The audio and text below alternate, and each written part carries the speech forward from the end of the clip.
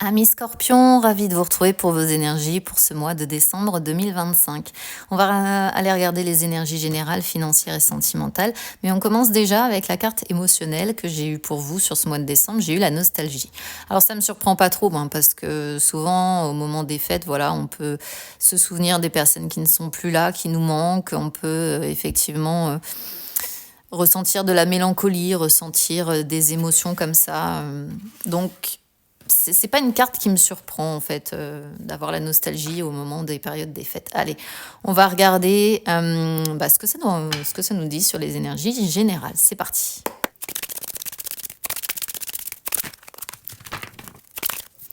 Alors, amis Scorpion, j'ai sorti les souris, j'ai sorti la tour et j'ai sorti le renard. Alors, ici, pour certains d'entre vous, alors c'est encore une fois assez précis ce que j'ai ici, il pourrait s'agir d'un travail dans un milieu hospitalier, un travail assez stressant. Bon, en même temps, toutes les personnes qui travaillent dans le domaine de la santé, c'est toujours des métiers relativement stressants. Donc, si vous travaillez dans le domaine de la santé, eh bien ici, on voit que ça va être un mois assez stressant. Alors, peut-être avec la recrudescence, ce qu'on pourrait comprendre ici, des maladies hivernales en fait, qui reviennent un petit peu chaque année, donc tout ce qui est grippe, etc. Tout ce qui comment dire, oui, en fait, si vous voulez, ici les souris représentent les maladies qui grignotent en fait, les maladies, les difficultés de la vie, les inquiétudes, etc. Donc, pour moi, ça me fait penser à ça. Ça me fait penser à une recrudescence pour ceux qui travaillent, en tout cas dans le domaine de la santé, le renard représentant le travail, recrudescence des maladies dans le milieu de votre travail. Donc, plus de monde, donc plus de stress, plus de personnes à soigner, etc. Si ça ne vous parle pas, si vous ne travaillez pas par exemple dans le domaine de la santé, attention. Attention parce qu'ici, il pourrait s'agir d'un mois où vous risqueriez de tomber malade. Alors, je ne parle pas d'une maladie grave, d'accord ? On n'est pas sur, par exemple, le cercueil ou je ne sais quoi, les souris avec le cercueil ou ce genre de choses. Ça nécessiterait par contre quand même d'aller voir un médecin. D'accord ? Parce que là, on vous invite quand même à la prudence. On vous dit, faites attention parce que si à un moment donné vous tombez malade, il est fort probable que vous ayez besoin d'aller consulter un médecin quand même. Parfois, on tombe malade et je sais pas, on se dit, voilà, je vais régler la chose en deux avec un peu d'automédication. On pense que ça va passer et là, on vous dit, faites attention parce que si vous tombez malade, il est probable que vous ayez quand même besoin de consulter.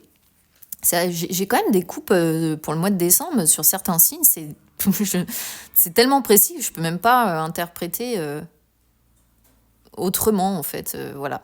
Après, autre et dernière possibilité d'interprétation, ça peut être un mois tellement stressant pour vous, avec l'impression d'avoir des dangers qui vont vous tomber dessus, avec une sensation de ne pas être tranquille d'esprit, que la tour pourrait représenter en fait un besoin d'isolement, un besoin de se mettre à part, un besoin de s'enfermer dans sa tour, de ne dialoguer avec personne, de ne pas avoir envie de dialoguer. Alors ça peut être lié, pourquoi pas, avec cette nostalgie qu'on voit dès le départ, quelque chose qui vous ronge de l'intérieur, qui vous fait du mal. En fait, plus vous allez y penser, plus vous allez vous sentir mal émotionnellement et du coup un besoin de vous enfermer dans votre tour et de ne rien dire à personne. Et là, effectivement, avec le renard en plus, on pourrait se dire,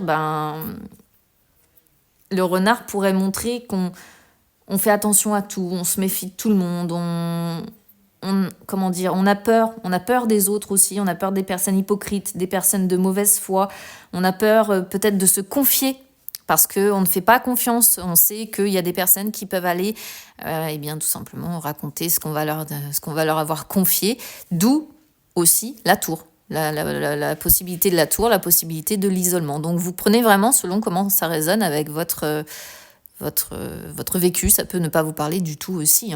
Mais ça peut être ça, cette coupe-là aussi, ça peut être le fait d'avoir plein de choses à l'intérieur de soi qui rongent, mais on choisit de ne pas en parler. Volontairement, on choisit de s'isoler parce qu'en fait, on n'a pas confiance, on ne fait pas confiance aux autres personnes. Allez, on va regarder les énergies financières, c'est parti. Alors, énergie financière, on a l'arbre, on a le vaisseau, on a la carte du temps et les cigognes. Bah, dans l'ensemble, les énergies financières, elles vont se porter au beau fixe. Voilà. L'arbre, c'est vraiment la stabilité, l'enracinement, etc. Donc, on sent que voilà, les finances sont bien ancrées, sont bien stables. On sent avec la carte du vaisseau que c'est une période favorable de quiétude, de sérénité. C'est une traversée du mois en toute sérénité, si vous voulez, en toute sécurité. Un mois donc du coup favorable. La cigogne le confirme et la carte du temps montre que voilà, ça va être le temps va s'écouler sans inquiétude particulière concernant les finances.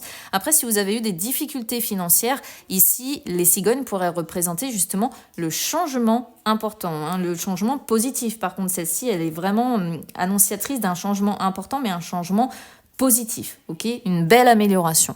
Voilà, donc à prendre, ça je vous le souhaite à tous. Parce que quand on est en galère financière, c'est encore autre chose. Allez, on va regarder maintenant les énergies sentimentales. C'est parti.